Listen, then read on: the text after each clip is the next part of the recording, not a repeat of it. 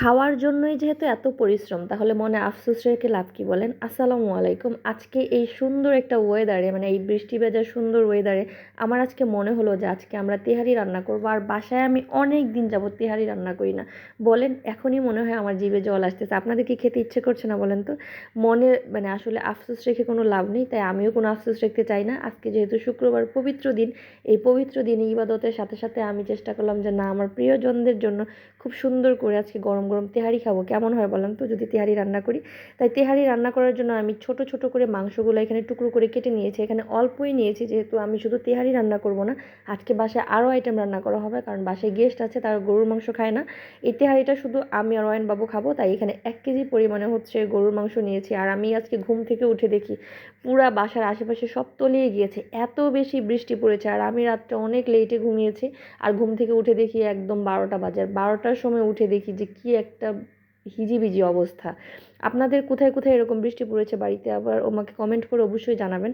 আর এখানে দেখেন আমি মাংসটা সুন্দর করে মশলা দিয়ে সিদ্ধ করে নিয়েছি। আর এখানে কিন্তু আমি সুন্দর করে হচ্ছে চালগুলা ধুয়ে নিচ্ছি, কারণ চালগুলো আগে ধুয়ে সুন্দর করে আমি ঝরতে দিয়ে দেবো। আমি কিন্তু আপনাদেরকে রান্না শেখাচ্ছি না, আমি কিভাবে তেহারি রান্না করছি সেটাই, যেহেতু আপনাদের সাথে আমি সবই শেয়ার করি, তাই আজকে এই রান্নাটাও শেয়ার করলাম। আর আপনারা তো আমার রান্নার ভিডিও দেখতে অনেক বেশি পছন্দ করেন। আপনারাই বলেন না, আপনারা যদি এত বেশি সাপোর্ট আমাকে না করতেন, তাহলে কি আমি আজকে এত দূর আসতে পারতাম?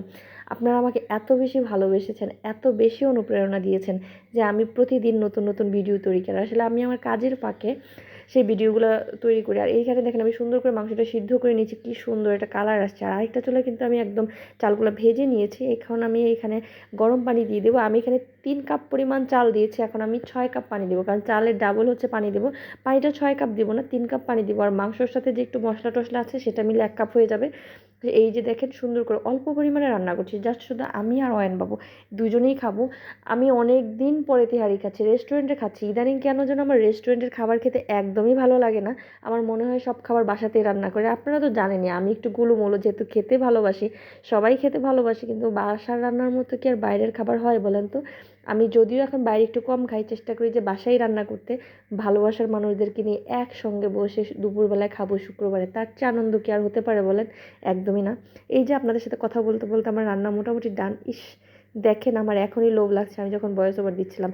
আর এখানে যে তিহারি রান্না করছি, বেরেস্তা না দিলে কি আসলে সেই গন্ধটা আসে? বেরেস্তা এবং হচ্ছে কাঁচামরিচ, এটাই হচ্ছে তিহারির একদম মূল আকর্ষণ, মূল ইনগ্রিডিয়েন্টস আমার মনে হয়। আর একটা দুঃখের নিউজও আছে, আমার বাসায় আসলে ঘি শেষ হয়ে গেছে, তাই বাজারে যে আড়ঙের যে ঘি পাওয়া যায় সেটাই দিচ্ছে, এখন কিচ্ছু করার নেই। আমি জানি আপনারা অনেক ভালো রান্না করতে পারেন, তাই আমি আমার রান্নাটা শেয়ার করলাম। অবশ্যই আপনারা কিভাবে রান্না করেছেন বাসায়, এভাবে কি না সেটাও কমেন্টে জানাবেন। আর এই তো আমি ওয়াইনবাবুকে আগে খাবার দিয়েছিলাম, আরেকটা চুলা কিন্তু মাছ ভাজা আছে, বলেছিলাম যে মেহমান আছে, সেই জন্য সবাইকে খাবার সার্ভ করে দিলাম টেবিলে। এই যে এখানে গরম গরম তেহারি দেখেন, একদমই সুন্দর সাদা তেহারি, তারপর অল্প একটু সালাদ নিলাম, সাথে দই আছে। এই যে অয়নবাবুর বাবা আছে, আমরা সবাই খাওয়া দাওয়া করতেছি এখন দুপুরবেলায়, যেহেতু অনেক লেট হয়ে গিয়েছে, কারণ ঘুম থেকে উঠে ফ্রেশ হয়ে তারপর রান্নাবান্না হয়েছে, লাস্টে আমিও খেতে বসে গেলাম। এই তো, সবাই ভালো থাকবেন, সুস্থ থাকবেন, আমাদের জন্য অনেক বেশি দোয়া করবেন, কারণ আপনাদের ভালোবাসা আমি এত দূর চলে এসেছি। আমিও আপনাদেরকে অনেক বেশি ভালোবাসি, যারা আমার ফ্যান ফলোয়ার আছেন, যারা আমাকে ঘৃণা করেন, তাদেরকেও আমি ভালোবাসি। আসলে ভালোবাসার জন্য তো কোনো কারণ লাগে না, মানুষ যে কোনো কারণে যে কাউকে ভালোবাসতে পারে।